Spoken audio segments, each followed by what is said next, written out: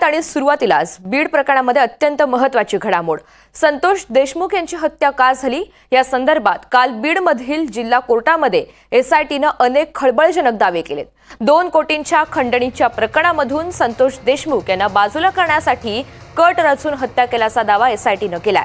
संतोष देशमुख यांच्या हत्या प्रकरणामध्ये वाल्मिक कराडचा सहभाग असून ही हत्या का करण्यात आली याचा दावा सुद्धा एसआयटीने कोर्टामध्ये केलेला आहे।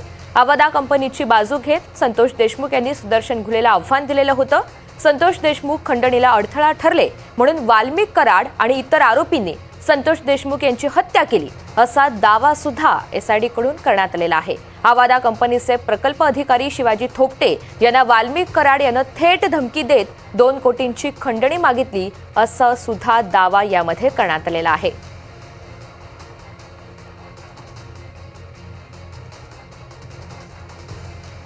स्वानंद पाटील आपल्याला या सगळ्या संदर्भात अधिकची माहिती देणार आहेत। स्वानंद, काल कोर्टामध्ये नेमकं काय घडलेलं आहे आणि एसआयटीने अनेक खळबळजनक दावे केल्याचं समजतंय, ते नेमके कोणते?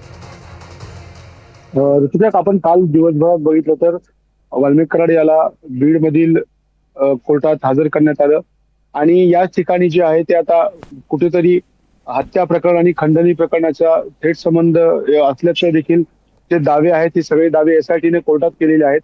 आधी या प्रकरणात 2 गुन्हे दाखल केलेले आहेत, एक म्हणजे आहे खंडणीचा गुन्हा आणि एक म्हणजे आहे हत्येचा गुन्हा।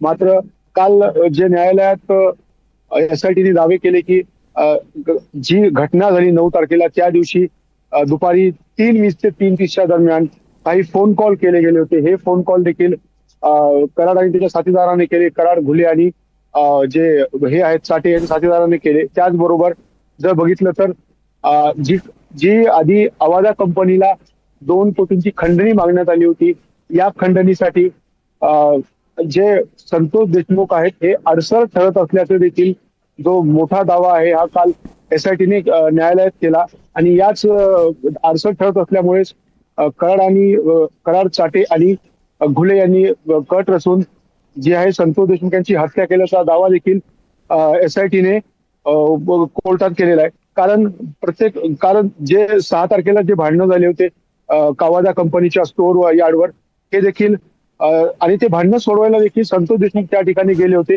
आणि त्याचेच रूपांतर पुढे 9 तारखेला जे अपहरण करून संतोष देशमुख यांची हत्या झाली। हा संपूर्ण प्रकार जो आहे हा खंडणीसाठीच केला गेला आणि या सर्व खंडणीच्या प्रकारामध्ये जे संतोष देशमुख आहेत हे मोठा अडसर ठरत असल्याचा दावा देखील एसआयटीने केला होता आणि त्याच कारणामुळे या सर्वांनी कट रचून त्याची हत्या केल्याचे देखील एसआयटीने न्यायालयात म्हटलं आहे। ऋतुजा, निश्चित त्यामुळे अनेक महत्त्वाचे दावे हे करण्यात आलेले आहेत। स्वानंद, धन्यवाद सविस्तर माहितीसाठी।